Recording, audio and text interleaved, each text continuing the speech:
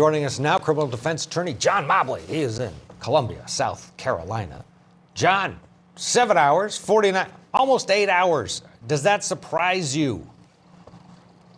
No, I mean, it's just one of those things when juries are out, there's never any rhyme or reason to how long they're out, and there's no correlation in my experience to how long they're out and what kind of verdict they give at the end. I mean, I've had cases that I thought were slam dunks for me on an acquittal, and the jury convicts my client in 45 minutes after a week-long trial.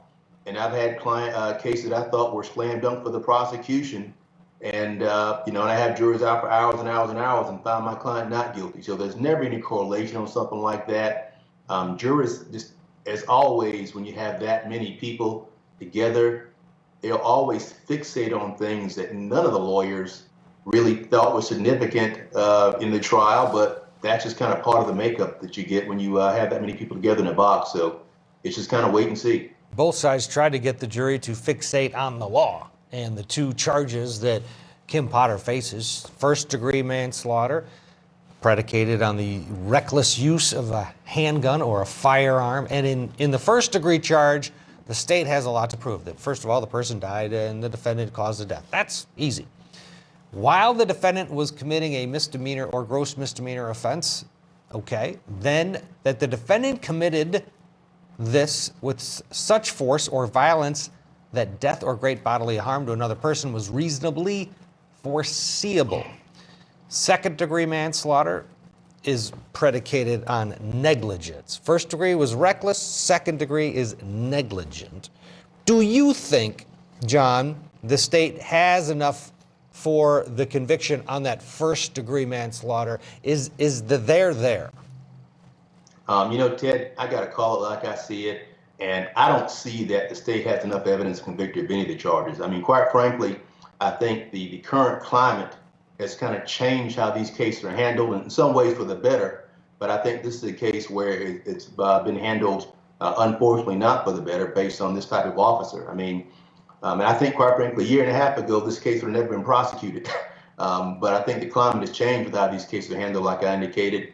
But ultimately, I mean, everyone agrees that this was a mistake, and while I would certainly agree that in a civil lawsuit for wrongful death, this officer should be held liable and responsible, the question ultimately is whether or not her conduct rose to a level of criminal negligence. And the reality of it is every mistake does not. I mean, that is just the reality of it. I mean, mistakes do happen.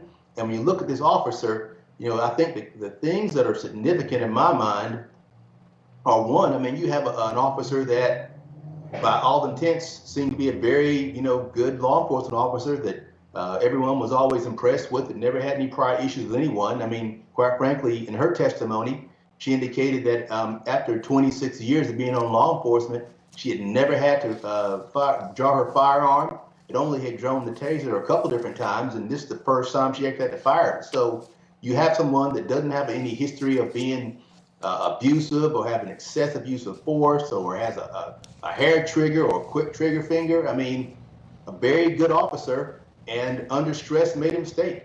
And when you talk about the training, I mean, hey, all cops should have training on stress. There's no doubt about it. They should all have training on a taser on one side, handgun on another side. But the reality of it is, I mean, number one, I mean, stress affects people differently. And yes, they're trained to handle stress as well they should be, and not all that kind of stuff. But the bottom line is, until you're in that situation, you never really know how you're going to act. And she acted appropriately. She just grabbed the wrong weapon, and she was immediately remorseful. I mean, from her own words, she thought she was grabbing the taser. And, so I think in order to convict her, what I'd want to see is some repeated violations of her training and being warned about it.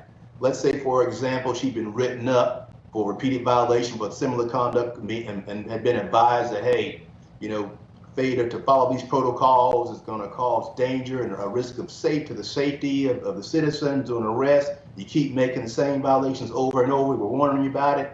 If that was there, then I would say, yeah, there's some real reckless conduct here, some real indifference to the training protocols that are designed and in place to save human life. But in her case, I mean, this was a good cop. I mean, she never drew a weapon before. She never fired the taser before, and under stress, she made a horrible mistake. And I just think law enforcement is kind of forced in this case a little bit, when a year ago it would have never been prosecuted.